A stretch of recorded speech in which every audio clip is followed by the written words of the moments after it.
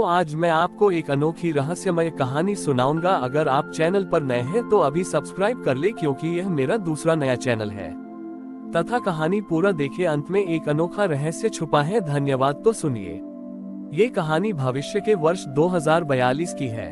आस्था और समर एक दूसरे से प्यार करते थे और दोनों ही भारतीय अंतरिक्ष अनुसंधान संगठन इसरो के वैज्ञानिक थे।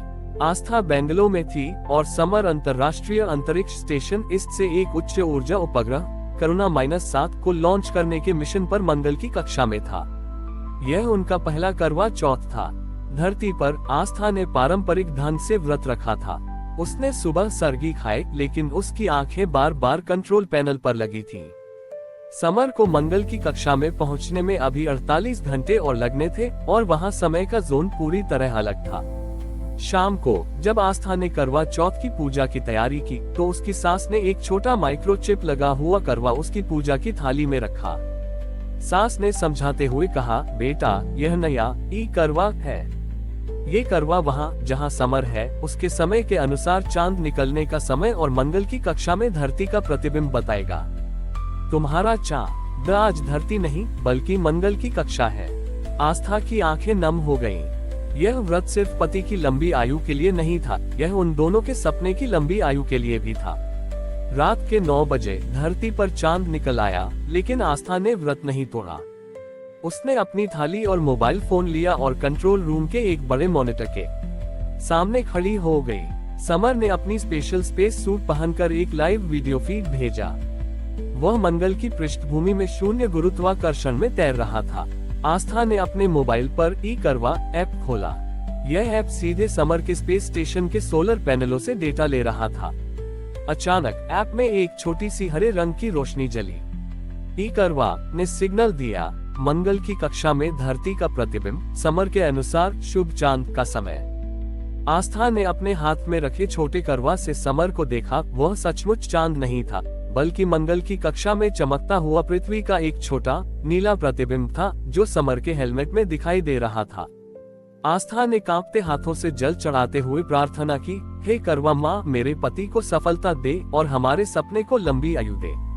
समर, जो अब धरती के चांद को देख रहा था, उसने स्पेस स्टेशन में रखी अपनी पानी की थैली खोली और जोर से हैप्पी करवा चौथ कहकर एक चुस्की ली। जब आस्था ने पानी पिया तो उसे लगा कि पानी की वह बूंद 28 करोड़ किलोमीटर की दूरी तय करके आई है। इस साल करवा चौथ का व्रत प्रेम, विज्ञान और दूरियों का संगम बन गया। आस्था और समर ने सिद्ध किया कि प्रेम की शक्ति असीम है और यह ब्रह्मांड की किसी भी दूरी को माप सकती है। समर करुणा-7 उपग्रह को सफलतापूर्वक मंगल की कक्षा में स्थापित करने के बाद कुछ महीनों बाद हीरो की तरह धरती पर वापस लौटा। पूरी दुनिया ने उसके इस असाधारण मिशन के लिए उसे सराहा। लेकिन भारत में जिस बात की सबसे ज्यादा चर्चा हुई वह था आस्था और समर का करवा व्रत। मीडिया ने इसे अंतरिक्ष करवा नाम दिया और यह आधुनिक भारत के लिए प्रेम और प्रगति के सामंजस्य का प्रतीक बन गया। अगले करवा चौथ पर समर और आस्था दोनों ही धरती पर थे। आस्था ने इस बार पूरे विधि विधान से व्रत रखा, लेकिन इस बार उनके घर का माहौल बदल गया था। शाम को जब पूजा की थाली सजी तो उसमें मिट्टी के करवे के साथ साथ एक छोटा सा मॉडल भी रखा था, वही करवा चिप वाला सैटेलाइट जिसे आस्था ने पिछले साल इस्तेमाल किया था। समर ने आस्था को प्यार से गले लगाया और कहा, इस बार चांद तो यही धरती पर है, सबसे सुंदर और करीब। आस्था ने मुस्कुराते हुए कहा, हाँ, लेकिन उस 28 करोड़ किलोमीटर दूर के चांद ने मुझे सिखाया कि हमारा प्रेम दूरी से नहीं बल्कि विश्वास और त्याग से मापा जाता है। आज का व्रत तुम्हारे लिए है और उस विश्वास के लिए भी।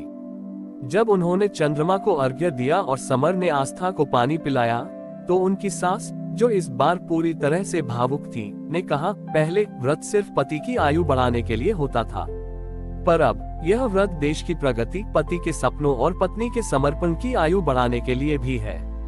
आस्था और समर ने एक नई परंपरा शुरू की है। समर और आस्था की कहानी से प्रेरित होकर इसरो के डायरेक्टर ने एक घोषणा की। चूंकि कई वैज्ञानिक अपने महत्वपूर्ण मिशनों के कारण त्योहारों पर अपने परिवार से दूर रहते थे, इसरो ने एक परिवार के लिए वर्चुअल एक्सेस प्रोटोकॉल बनाया। हर बड़े त्योहार जैसे करवा चौथ या दिवाली पर जो वैज्ञानिक दूर के मिशन पर होते थे, उन्हें अपने परिवार से live high definition video call पर जुड़ने और त्योहार मनाने के लिए विशेष समय दिया जाता था। इसका नाम रखा गया रिश्तों का सैटेलाइट। आस्था और समर का अंतरिक्ष करवा अब सिर्फ एक व्यक्तिगत प्रेम कहानी नहीं रही, बल्कि यह विज्ञान, राष्ट्र और परिवार के बीच के अटूट बंधन का राष्ट्रीय प्रतीक बन गई। उन्होंने ये साबित किया कि कोई भी दूरी इतनी बड़ी नहीं होती कि वह सच्चे प्रेम के संकल्प को तोड़ सके, फिर चाहे वह दूरी मंगल ग्रह की हो या रोजमर्रा के जीवन की उलझनों की। समर और आस्था की कहानी ने केवल इसरो के अंदर ही नहीं, बल्कि पूरे देश के स्टेम, विज्ञान, प्रौद्योगिकी, इंजीनियरिंग और गणित क्षेत्र में एक नई चेतना जगाई। उनकी यह उपलब्धि थी कि उन्होंने दिखा दिया कि एक सफल करियर और एक समृद्ध पारिवारिक जीवन एक साथ चल सकते हैं। अगले साल इसरो ने एक महत्वाकांक्षी मिशन की घोषणा की, मिशन करुणा 8, जो मंगल की कक्षा में एक रोबोटिक बेस स्थापित करने का था। इस बार यह एक संयुक्त मिशन था जिसका नेतृत्व समर कर रहे थे और आस्था उनकी टीम में on ground mission control head थी। लेकिन इस बार करवा चौथ एक चुनौती लेकर आया। करुणा 8 की लॉन्चिंग ठीक करवा चौथ के दिन शाम 7:30 बजे निर्धारित थी, वह समय जब चांद निकलने वाला था और आस्था को व्रत तोड़ना था।